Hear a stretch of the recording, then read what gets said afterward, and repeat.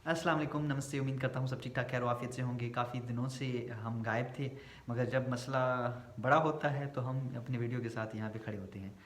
तो आज की इस वीडियो में हम जानने की कोशिश करेंगे एक बहुत ही चर्चा आम मौजू पे, जो कि हमारे मुआशरे में काफ़ी दिनों से जो है हर एक ज़ुबान पे पाया जाता है कि भाई आप एनएफटी में पैसे इन्वेस्ट करो और फिर जो है आप उसमें से पैसे डबल करो।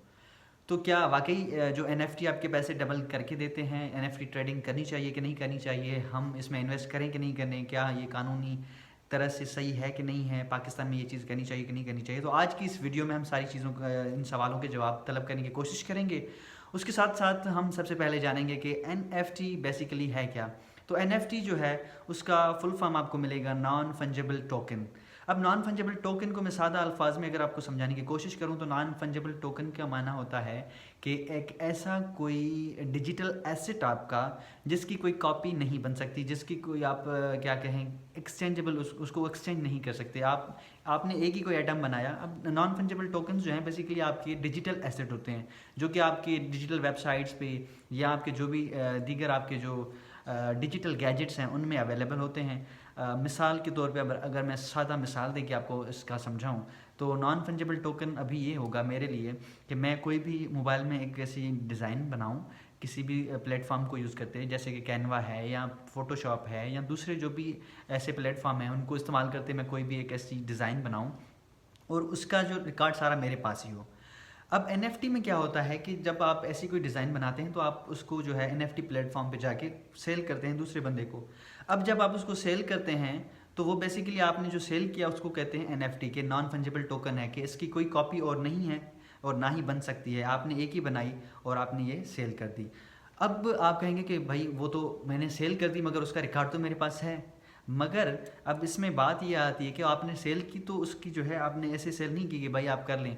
जब आप एनएफटी के प्लेटफॉर्म पे जाएंगे सेल करने के लिए, आपके जो भी डिजिटल एसेट होंगे तो उनकी प्रॉपर वहाँ पे रजिस्ट्रेशन होती है, वो सारा प्रोसेस होता है। उसमें आप उसकी पूरी डेटा देते हैं कि ये चीज़ है, इसमें ये चीज़ें हैं और इसमें ये चीज़ें डाल के मैं ये जो है इसको सेल करना चाहता हूँ। उसकी पूरी आप फीचर लिस्ट लिखेंगे कि बेसिकली इसमें क्या है। अगर कोई पेंटिंग बनाई है तो उस पेंटिंग में क्या है, क्या डेमोन्स्ट्रेशन हो रही है उसकी, क्या फीचर्स हैं उसके। तो वो सारी चीज़ें हम जब डालेंगे तो उनके सिस्टम में सारे में पता चल जाएगी कि हाँ भाई ये चीज़ जो है इस सिस्टम में आई है और फिलहाल बंदे ने ये यहाँ पे पोस्ट की और फिर इसने जो है यहाँ से सेल की। तो एक ही मरतबा आप वो चीज़ कर सकते हैं। अगर आपने वो चाहें भी तो दोबारा नहीं कर पाते। तो सबसे पहली बात ये है कि आप अगर ये सोच रहे हैं कि भाई एनएफटी तो एक मरतबा मैंने वो सेल कर दी तो दोबारा भी मैं कर सकता हूँ, तो दैट इज़ नॉट पॉसिबल। तो ये सिस्टम जो है इस तरह से काम करता है। अब एनएफटी जो है बेसिकली आपका एक ब्लॉकचेन टेक्नोलॉजी के थ्रू काम करता है। ब्लॉकचेन टेक्नोलॉजी क्या है? अब देखिए हम आम ज़िंदगी में बहुत सारी ट्रांजैक्शंस करते हैं। किसी को हम मोबाइल एप्लीकेशंस के थ्रू पैसे सेंड कर देते हैं कि भाई मैंने बैंकिंग के थ्रू कर दिए, कोई बैंक का ऐप है उसके थ्रू मैंने कर दिए, जैज़ कैश है उसके थ्रू कर दिए, कोई इजी पैसा का ऐप है उसके थ्रू कर दिए।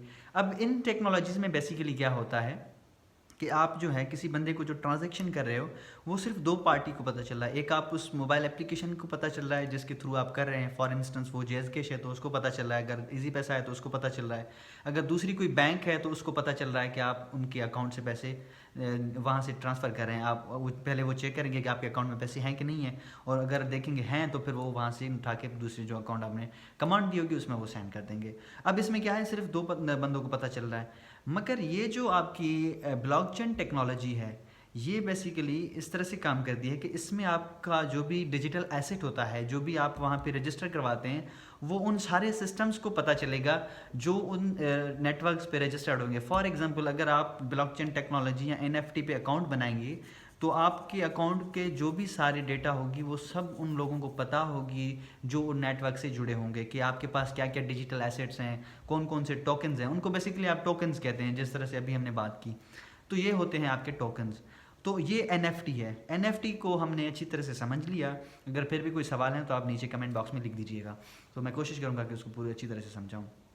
अब हमारे पास जो मेन सवाल आता है कि भाई एनएफटी ट्रेडिंग, अब ये जो एनएफटी ट्रेडिंग है ये क्या हम कर सकते हैं कि नहीं कर सकते, क्या इसके थ्रू वाकई प्रॉफिट जनरेट होता है कि नहीं होता? तो अगर हम डिजिटल हमारी जो पैस है इसको हम देखें, हम इसको मद्देनज़र रखें, जिस तरह दुनिया हमारी रैपिडली इवॉल्व हो रही है और डिजिटल जो है इस डोमेन को इमर्ज हो रही है उसमें, तो उसको अगर हम देखें तो वाकई हम जो है ये टेक्नोलॉजिकल जो आपकी एडवांसमेंट है इसके मद्देनज़र रखते हैं हम वो कर सकते हैं। और ये एनएफटी ट्रेडिंग जो है ये आने आने वाले वक्त का एक बड़ा जो है आपका बूस्ट होगा इकोनॉमी के लिए। मगर सवाल ये है कि क्या ये पाकिस्तान में हम कर सकते हैं कि नहीं कर सकते। तो सवाल आता है पाकिस्तान का, तो हम इसमें बिल्कुल चुप हो जाते हैं। तो इस नुक्ते पे मैं यहाँ पे स्टेट बैंक जो है स्टेट बैंक ऑफ पाकिस्तान, उनकी एक लाइन जो मैं कोट करना चाहूँगा, उनके एक मैंने नोटिफिकेशन में रिसेंटली पढ़ी थी, वो थी caution regarding risks of virtual currencies. अब ये जो आपकी मैंने बात पहले भी की है, डिजिटल एसेट्स हैं, वर्चुअल करेंसीज है। पाकिस्तान में वर्चुअल करेंसी नाम कोई चीज़ नहीं है। तो जो भी लोग यहाँ पे पाकिस्तान में खुश हो रहे हैं कि भाई हमने इतने कमा लिए या उसने उतने कमा लिए, ये फॉर टाइम बिंग अगर आप कमा भी रहे हैं तो आपकी ये खुशनसीबी है। मगर वो लोग जो अभी इन्वेस्ट कर रहे हैं यहाँ इसमें बढ़ते ही जा रहे हैं, इस ट्रैप के इस जाल में जो है बढ़ते जा रहे हैं, तो वो खुदारा ये नोटिफिकेशन थोड़ा ध्यान से पढ़ लें, क्योंकि पाकिस्तान में कोई भी वर्चुअल आपकी करेंसी काम नहीं करती, चाहे वो क्रिप्टो करेंसी हो, चाहे वो आपकी बिटकॉइन हो या दूसरे जो भी हैं। मैं अभी वो लाइन पढ़ के बताता हूँ। caution regarding risks of virtual currencies.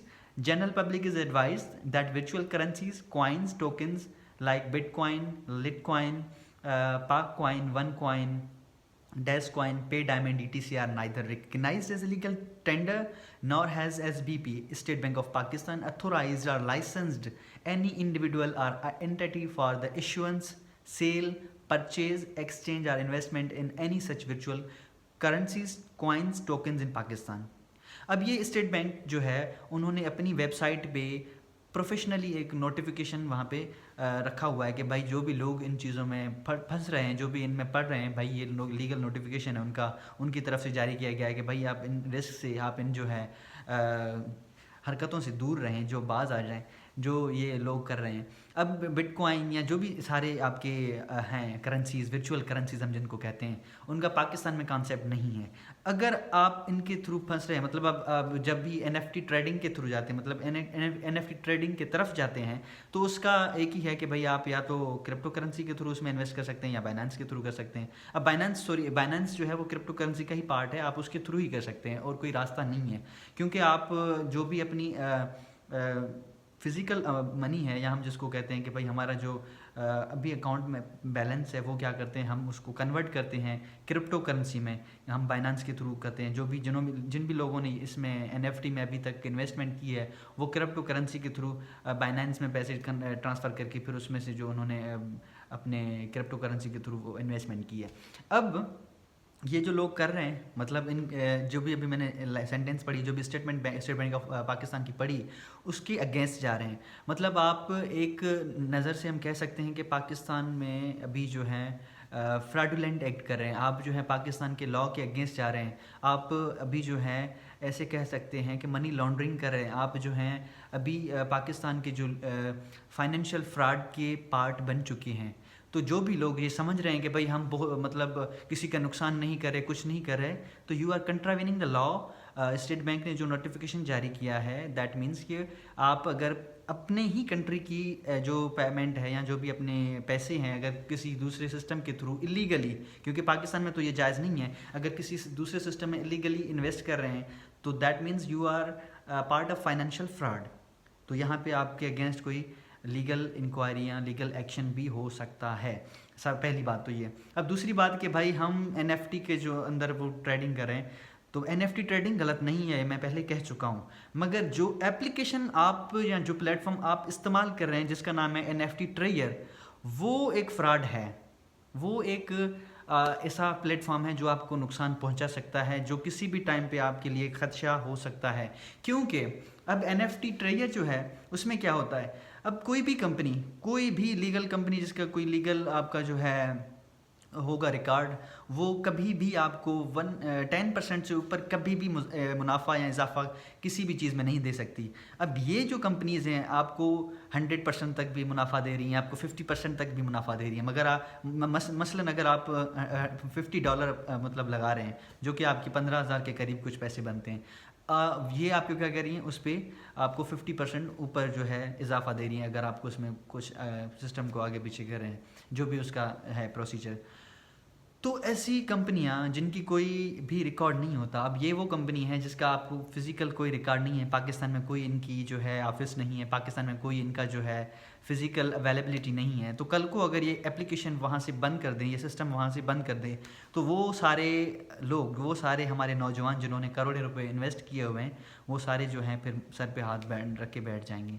तो खुदारा इन ऐसी स्कीमों में ना फंसें। इनको पोंजी स्कीम्स कहा जाता है। पोंजी स्कीम्स वो होती हैं जो आपको ट्रैप में फंसा दी जाती हैं कि भाई आप इसमें इतना इन्वेस्ट करेंगे तो आपको ये फ़ायदा होगा, इतना इन्वेस्टमेंट करेंगे तो ये फ़ायदा होगा, और आपसे पैसे जो हैं वो डबल करवाते जाते हैं और फिर आप जो है उसके जाल में फंसते जाते हैं। फिर जब आपको लगता है कि भाई वो बहुत सारे पैसे उन्होंने इन्वेस्ट कर दिए, फिर एक दिन वो ऐसे फड़ाक हो जाते उड़ जाते हैं। तो आपको अभी इससे पहले भी बहुत सारी ऐसी कंपनियां थी, मुझे जो जहाँ तक याद है फॉरेक्स ट्रेडिंग थी, पता नहीं उसका क्या नाम था, एक बिफोर यू ग्लोबल के नाम से थी, और बहुत सारी अनेक ऐसी कंपनियां आई जिन्होंने पाकिस्तानी गरीब आवाम का पैसा लूटा।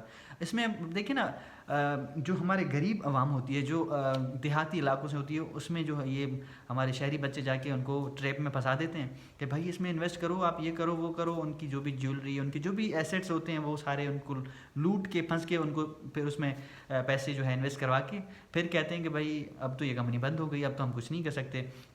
तो खुदारा इन पोंजी स्कीम से बचें, ये सारे जो फ्रॉड हैं इनसे बचें।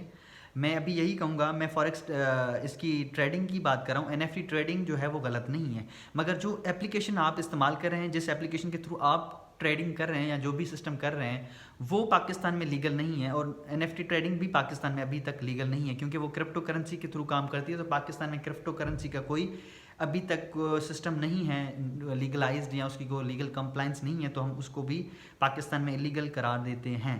बाकी रही ग्लोबल और इंटरनेशनल लेवल पे बात, तो एनएफटी ट्रेडिंग काफ़ी जो कंट्रीज़ हैं उनको एक्सेप्ट करते हैं, वो वहाँ पे चलती भी है, और क्रिप्टो करेंसीज जहाँ पे चलती हैं वो एनएफटी ट्रेडिंग जो है वहाँ पे बिल्कुल लीगली चल सकती है। तो ये था आज का हमारा टॉपिक। जो भी दीगर सवाल हैं आप काइंडली कमेंट बॉक्स में करें, बाकी हम उसको देख लेंगे। Thank you so much. अल्लाह हाफिज़। दुआ में याद रखिएगा।